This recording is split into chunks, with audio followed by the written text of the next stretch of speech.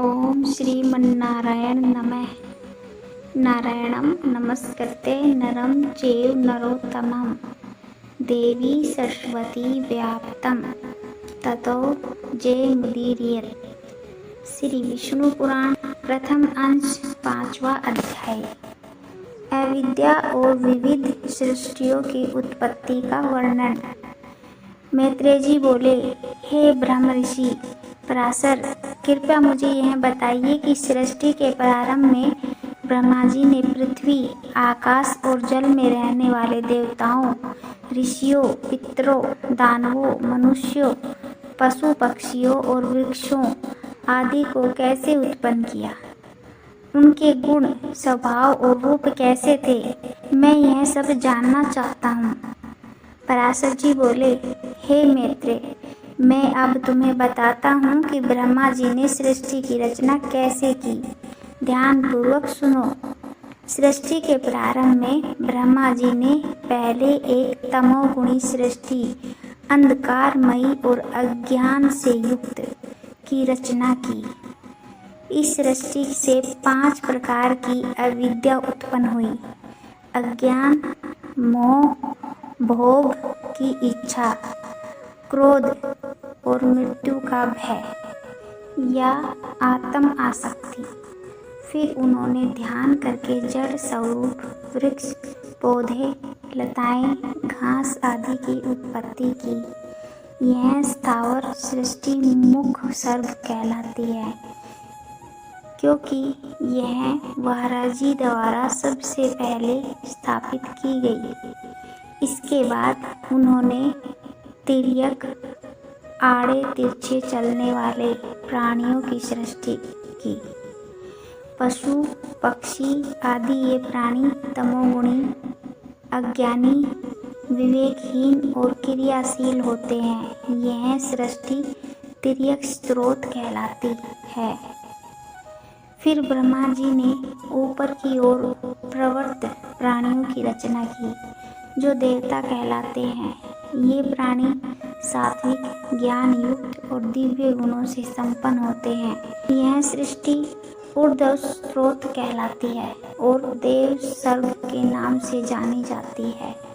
ब्रह्मा जी ने इन तीनों सृष्टियों को भी पुरुषार्थ, धर्म, अर्थ, काम, मोक्ष के योग्य न मानकर फिर से ध्यान किया और एक नई सृष्टि की रचना की।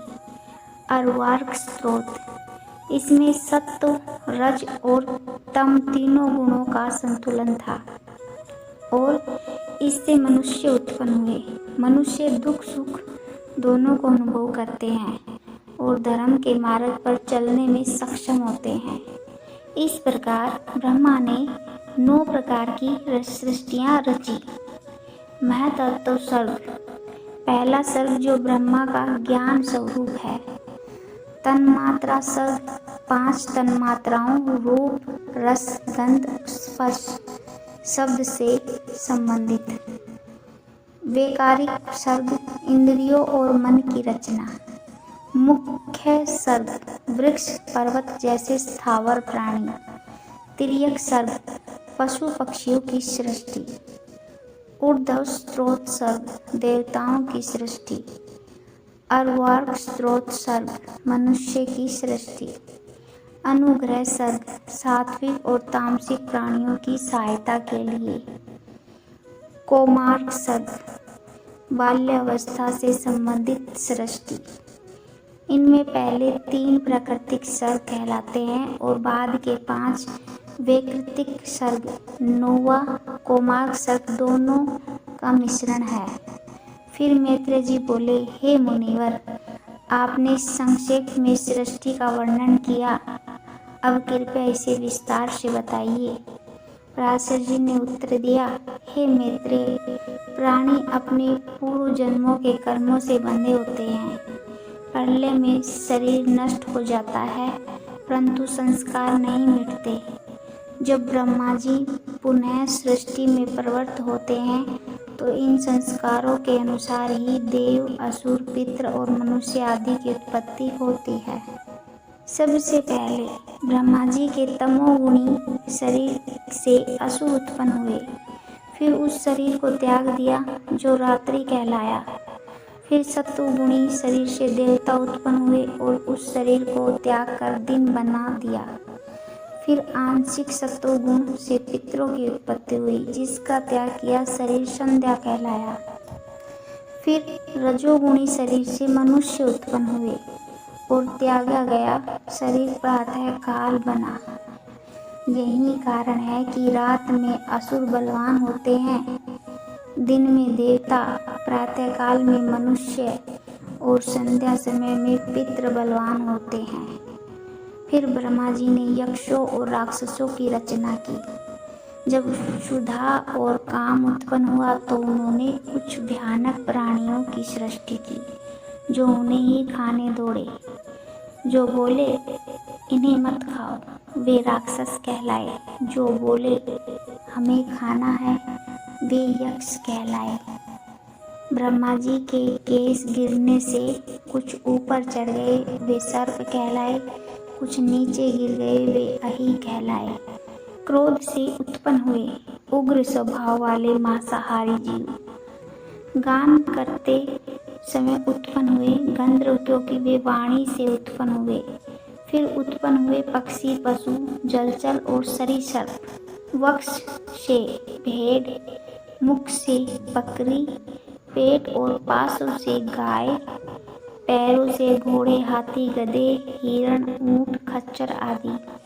रोमों से फल, फूल, औषधियाँ।